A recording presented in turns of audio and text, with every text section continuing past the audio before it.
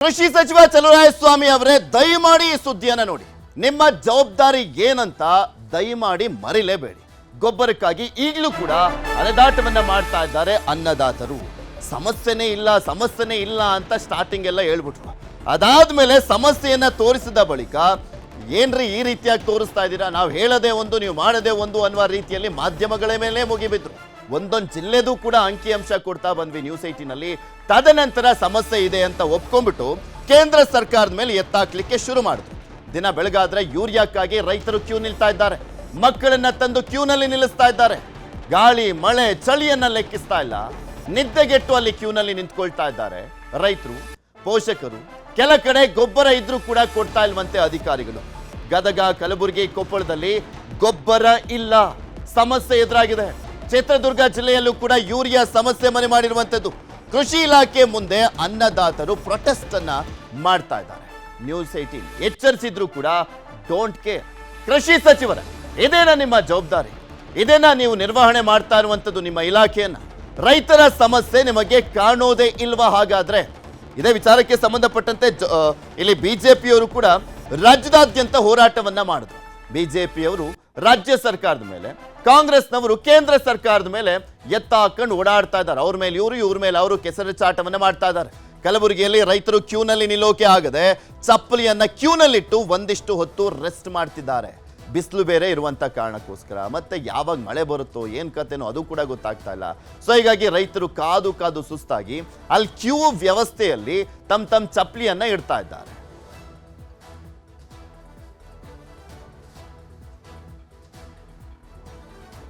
ರೊಕ್ಕ ಕೊಟ್ಟರೆ ನಾವೆಲ್ಲ ಹೊಲಗಳು ಮಾಡೀವ್ರಿ. ಮತ್ತು ಈಗೆಲ್ಲ ಸಾಯಿ ಪರಿಸ್ಥಿತಿ ಬಂದಿದೆ ಸರ್. ನಮ್ಗೆ ಇವಾಗ ಗೊಬ್ಬರ ಬೇಕು ಸರ್. ಗೊಬ್ಬರ ಸಂಬಂಧ ಬೆಳಗ್ಗೆಯಿಂದ 5 ಗಂಟೆಯಿಂದ ಮಕ್ಳು ಮರಿ ಕರ್ಕೊಂಡ್ಬಂದ್ವಿ ಸರ್ ನಾವು. ಇವಾಗ ಅದು ಆಳಾದ್ರೂ ಪರವಾಗಿಲ್ಲ, ಇವಾಗ ಗೊಬ್ಬರ ಬೇಕು ರೀ ನನಗೆ. ಇವತ್ತೊಂದು ದಿನದ ನನಗೆ ಮಕ್ಳದ ಅವಶ್ಯ ಏನಿಲ್ಲ ಸರ್, ಗೊಬ್ಬರದ ಅವಶ್ಯ ಐತೆ ಸರ್. ನನಗೆ ಗೊಬ್ಬರ ಬೇಕು ರೀ ಸರ್ ಇವಾಗ. ಅದ್ರ ಸಂಬಂಧಾಗಿ ಹಾಂ ಸರ್, ಬೆಳೆ ಎಲ್ಲ ಒಣಗಾಕತ್ತೈತಿ, ಸಾಯಿ ಪರಿಸ್ಥಿತಿ ಬಂದೈತಿ. ಇಟ್ಟು ಮಕ್ಳು ಕರ್ಕೊಂಡು ಯಾಕೆ ಬಂದ್ವಿ ಹೇಳಿ ಸರ್ ನಾವು? ಈ ಸರ್ಕಾರದ ನಿರ್ಲಕ್ಷ್ಯದಿಂದ ಹಿಂಗಾಗೈತಿ. ಅವಾಗೆಲ್ಲ 250 ರೂಪಾಯಿ ಗೊಬ್ಬರ ಚೀಲ, ಈಗ 500-550 ಮಾರಕತ್ತಾರ. ಮತ್ತು ಡಬಲ್ ರೊಕ್ಕ ತೊಗೊಂಡು ಅದನ್ನ ಎಲ್ಲಿ ಹಾಕ್ತಾರ ಅವರು ಹೇಳು? ಹಾಂ, ಅದನ್ನ ಬಿಟ್ಟಿ ಭಾಗ್ಯಕ್ಕೆ ಯೂಸ್ ಮಾಡಿ ಇವ್ರನ್ನೆಲ್ಲ ಅಪ ಅನ್ಸೋದೇನು ಹರ್ಕತ್ತೈತಿ. ಮಳಿದೆ ಹೋಗಿ ಒಂದು ಅರ್ಧ ಲಾಸ್ ಮಾಡ್ತಾನೆ ರೈತರಿಗೆ. ಇವ್ರು ರಾಜಕಾರಣಿಯರು ಒಂದು ಅರ್ಧ ಲಾಸ್ ಮಾಡ್ತಾರೆ. ಮತ್ತು ರೈತರೇನು ಇರ್ಬೇಕನ್ನ ಹೋಗ್ಬೇಕಾ ಹಾಳಾಗಿ? ಸಿದ್ದರಾಮಯ್ಯನ ಸರ್ಕಾರದಿಂದನೇ ಹಿಂಗೆಲ್ಲ ಹಾಳಾಗಿ ಹೊಂಟಿರೋದು ಇಲ್ಲ. ಏನಂದೆ ಅವನ್ನೆಲ್ಲ ಬಿಟ್ಟಿ ಭಾಗ್ಯ. ಕಲಬುರಗಿಯಲ್ಲಿ ಯಾವ ರೀತಿಯಾಗಿ ಸಮಸ್ಯೆ ಕಾಡ್ತಾ ಇದೆ ಅನ್ನುವಂಥದ್ರ ಬಗ್ಗೆ ಸಂಪೂರ್ಣವಾದಂಥ ಮಾಹಿತಿಯನ್ನು ಕೊಡ್ತಾ ಹೋಗ್ತಾರೆ ನಮ್ಮ ಕಲಬುರಗಿಯ ಪ್ರತಿನಿಧಿ ಅರುಣ್ ಕುಮಾರ್ ಕದಂ ನಮ್ಮ ಜೊತೆ ನೇರ ಸಂಪರ್ಕದಲ್ಲಿ ಜಾಯ್ನ್ ಆಗಿದ್ದಾರೆ. ಅರುಣ್, ನೋಡ್ತಾ ಇದ್ವಿ ಕಲಬುರಗಿಯಲ್ಲಿ ದೊಡ್ಡ ಮಟ್ಟದಲ್ಲೇ ಸಮಸ್ಯೆ ಎದುರಾದಂತೆ ಕಾಣಿಸ್ತಾ ಇದೆ. ಅದಕ್ಕೇನಂತೆ ಪರಿಹಾರ? ಎಷ್ಟು ಗೊಬ್ಬರದ ಕೊರತೆ ಎದುರಾಗಿರುವಂಥದ್ದು? ರೈತರು ಯಾವ ರೀತಿ ಹಿಡಿಚಾಪ ಆಗ್ತಾ ಇದ್ದಾರೆ ಸರ್ಕಾರಕ್ಕೆ? ಹೌದು ಪೃಥ್ವಿ, ಅಂತಂದರೆ ಕಲಬುರಗಿ ಜಿಲ್ಲೆಯಲ್ಲಿ ಈಗ ಗೊಬ್ಬರಕ್ಕೆ ಜನ ಪರದಾಡುವಂಥ ಪರಿಸ್ಥಿತಿ ನಿರ್ಮಾಣವಾಗಿರೋಂಥದ್ದು. ರೈತ ಸಂಪರ್ಕ ಕೇಂದ್ರ ಆಗಲಿ, ಖಾಸಗಿ ಅಗ್ರೋ ಏಜೆನ್ಸಿಗಳಲ್ಲೂ ಕೂಡ ರೈತರಿಗೆ DAP ಮತ್ತು ಯೂರಿಯಾ ಗೊಬ್ಬರ ಸಿಗ್ತಾ ಇಲ್ಲ. ಹಾಗಾಗಿ ರಾತ್ರಿಯಿಂದಲೂ ಕೂಡ ಜನ ಕ್ಯೂ ಅಲ್ಲೇ ನಿಲ್ತಾ ಇದ್ದಾರೆ.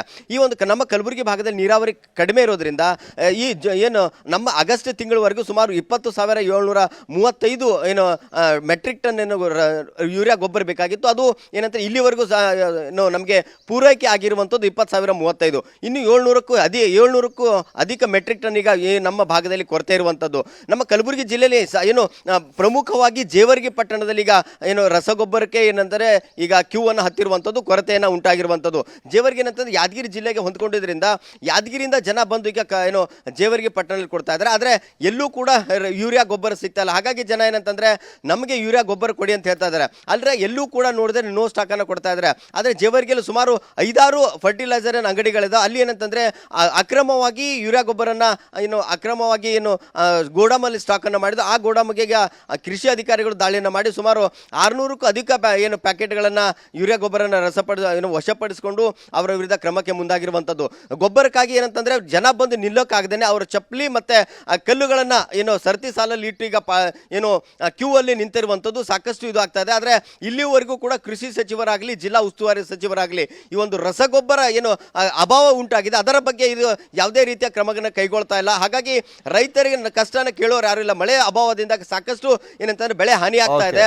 ಈ ಗೊಬ್ಬರ ಸಿಗದೆ ಇರುವುದರಿಂದ ಇನ್ನಷ್ಟು ನಮ್ಮ ರೈತರಿಗೆ ಕಷ್ಟ ಆಗ್ತಾ ಇದೆ. ಲಕ್ಷಾಂತರ ರೂಪಾಯಿಯನ್ನು ಖರ್ಚು ಮಾಡಿ ಈಗ ನಾವು ಬೆಳೆಯನ್ನ ಹಾಕಿದೀವಿ. ಆದ್ರೆ ಈ ಬೆಳೆ ಬರುವ ಮುಂಚೆ ಈ ರೀತಿ ಒಂದು ಒಣಗಿ ಹೋದ್ರೆ ಗೊಬ್ಬರದ ಕೊರತೆಯಾಗಿ ಬೆಳೆ ಬರದೇ ಇದ್ರೆ ನಾವು ಎಲ್ಲಿ ಹೋಗಬೇಕು? ಸಾಲ ಸೂಲ ಮಾಡಿ ನಾವು ಬಿತ್ತನೆಯನ್ನು ಮಾಡಿದ್ವಿ, ಅದು ಕೂಡ ನಷ್ಟ ಆಗುತ್ತೆ. ನಮಗೆ ಸರ್ಕಾರ ಪರಿಹಾರ ಕೊಡಬೇಕು, ಮತ್ತೆ ಗೊಬ್ಬರ ಕೊರತೆ ಆಗದಂತೆ ನೋಡ್ಕೊಳ್ಬೇಕಂತ ಈಗ ಕಲಬುರಗಿ ಜಿಲ್ಲೆ ರೈತರು ಆಗ್ರಹವಾಗಿರುವಂತದ್ದು. ಪೃಥ್ವಿರಾಜ್. ಓಕೆ, ಧನ್ಯವಾದ ಅರುಣ್. ನಿಮ್ಮೆಲ್ಲ ಮಾಹಿತಿಗಾಗಿ. ನೋಡಿದ್ರಲ್ಲ, ಕಲಬುರಗಿಯ ಸಮಸ್ಯೆ ಮಾತ್ರ ಇಲ್ಲ, ಇದು ರಾಜ್ಯದ ಹಲವು ಜಿಲ್ಲೆಗಳಲ್ಲಿ ಇದೇ ರೀತಿಯಾಗಿ ರೈತರು ಸಮಸ್ಯೆಯನ್ನು ಎದುರಿಸ್ತಾ ಇದ್ದಾರೆ. ಬೇಗ ಸರ್ಕಾರ ಅದನ್ನ ಕ್ಲಿಯರ್ ಮಾಡುವಂತ ಕೆಲಸ, ಅಂದ್ರೆ ಆ ಸಮಸ್ಯೆಗೆ ಪರಿಹಾರವನ್ನು ಕೊಡುವಂತ ಕೆಲಸವನ್ನ ಮಾಡಬೇಕಾಗಿದೆ.